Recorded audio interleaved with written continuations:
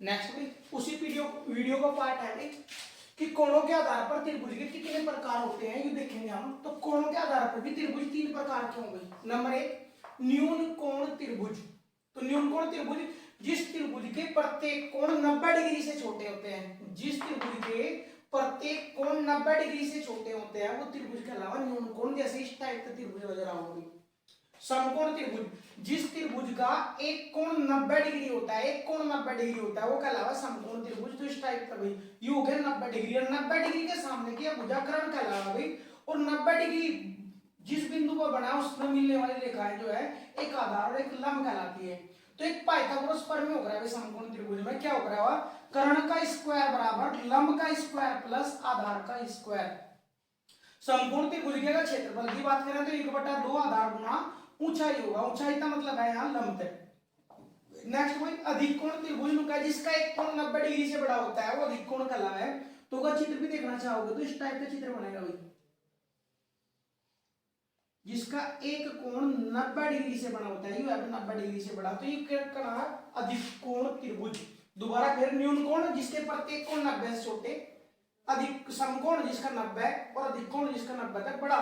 तो एक 90 पे तो डिपेंड हो जाए, 90 तो छोटा तो न्यून कोण, 90 तो बड़ा तो अधिक कोण, और 90 है तो समकोण।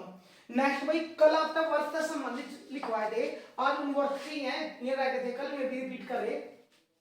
एक यू वर्त का केंद्र थे या त्रिज्या इसकी दो, और इन त्रिज्याओं तो जो घिरा हुआ है क्षेत्रफल है यू, इन नाम बोल रहा है त्रिज्या खंड। यू जो चाप है यहाँ पे यहाँ तक इसकी लंबाई हमने एल ले ली भाई।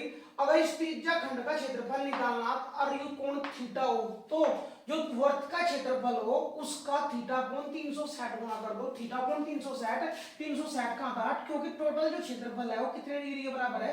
360 के। 360 का भाग करेंगे तो 1 डिग्री का मान होगा, निकालना कितने डिग्री का? थीटा का।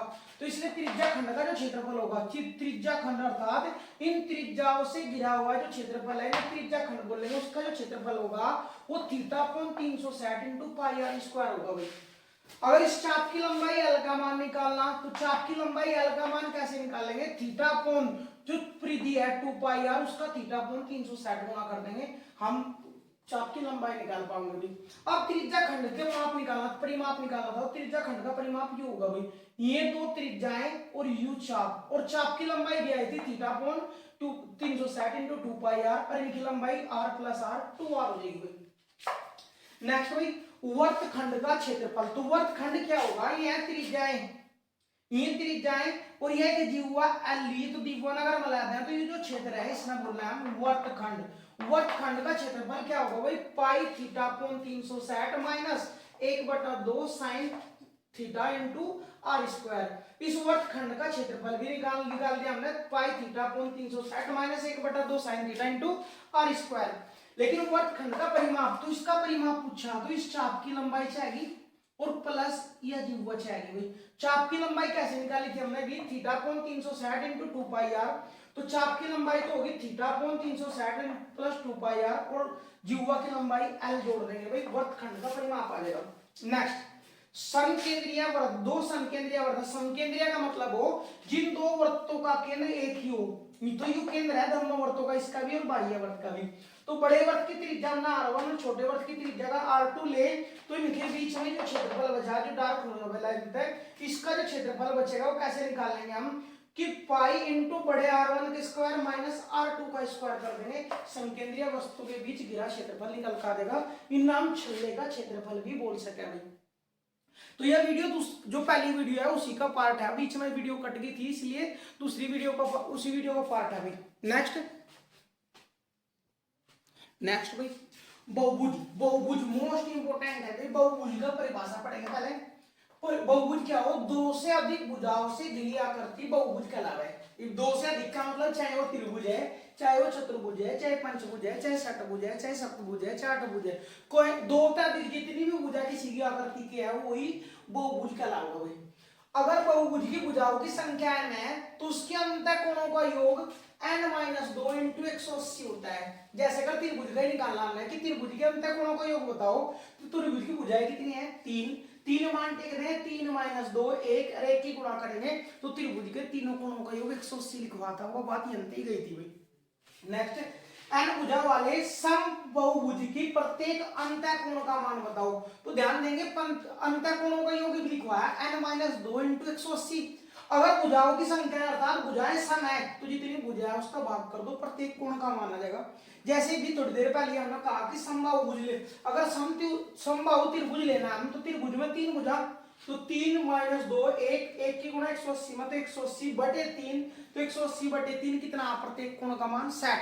अगर भुजाओं सम है अर्थात भुजाओं की लंबाइयां बराबर है तो जितनी भुजाओं की संख्या उसका भाग दे तो ही प्रत्येक अंतःकोणों का मान आ जाएगा, क्योंकि योग है योग और योग ने अंत भाग कर तो एक कोण का मान निकल जाएगा।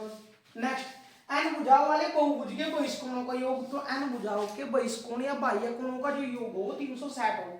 अगर भुजाएं बराबर है तो अंत भाग कर तो ही प्रत्येक बाह्य कोण का मान आ जाएगा भाई।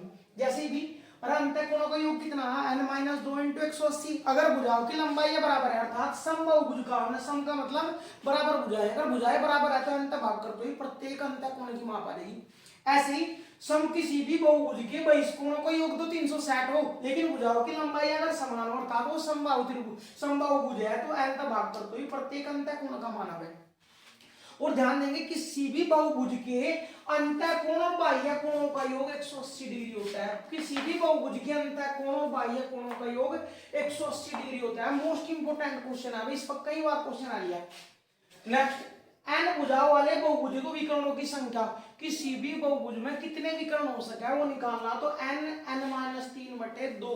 जैसे अगर त्रिभुज में निकालने कितने विकर्ण हो तो त्रिभुज में भुजाएं क्या है 3, तो 3 का मान टेक दो, 3 गुणा 3 - 3 कितना हो गया 0, 0 तो 0 खत्म हो गया।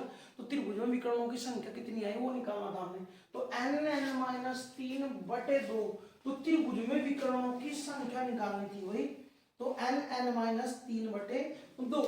तो त्रिभुज में कोई भी विकर्ण नहीं है। अगर चतुर्भुज में विकर्णों की संख्या निकालनी तो n का मान 4 टेक दो, 4 पोस्ट में 4 - 3 1, 4 का हम 4 बटे 2, 2 तो भाग कर देंगे। चतुर्भुज में कितने विकर्ण हो 2, तो विकर्ण का मतलब बताया भी था सम्मुख शीर्षों में मिलाने को बना। त्रिभुज में कोई भी 2 शीर्ष मिलाने पर विकर्ण नहीं प्राप्त होता भाई। नेक्स्ट, मोस्ट इंपोर्टेंट है भाई, एनटीपीसी में बहुत ज्यादा प्रश्न पूछे गए समष्टभुज। डायरेक्ट क्वेश्चन दिया था हमने कि समष्टभुज की भुजा 9 है तो उसकी परिवर्त की त्रिज्या कितनी होगी, तो ध्यान देंगे समषष्टभुज की परिवर्त की त्रिज्या जो हो वो उसकी भुजा के बराबर हो। समषष्टभुज का जो क्षेत्रफल हो, समषष्टभुज 6 भुजाएं इसकी बराबर हो, उसका जो क्षेत्रफल हो √3 बटे 3, हाँ √3 बटे 2 इंटू भुजा स्क्वायर, 3 बटे 2 इंटू भुजा स्क्वायर। समषष्टभुज के परिवर्त की त्रिज्या उसकी भुजा की लंबाई के बराबर होती है। समलंब क्या हो गई, यह आकृति दिख रही है हमें समलंब ही है। ऐसी आकृति 4 भुजाओं से घिरी ऐसी आकृति जिसकी 2 भुजाएं समांतर हो, केवल 2 भुजाएं समांतर हो, AB और BC समांतर है, 2 भुजाएं समांतर हो वो समलंब कहलाए। समलंब का जो क्षेत्रफल हो 1/2 समांतर भुजाओं का योग, तो यह भुजा और यह भुजा इन दोनों का योग गुणा उनके बीच की दूरी, तो यह बीच की दूरी है भाई वाले का समलंब का क्षेत्रफल। तो कल यहां तक सारे सूत्र याद कर पाओगे। कल इसके बाद क्लास स्टार्ट होगी क्षेत्रफल की।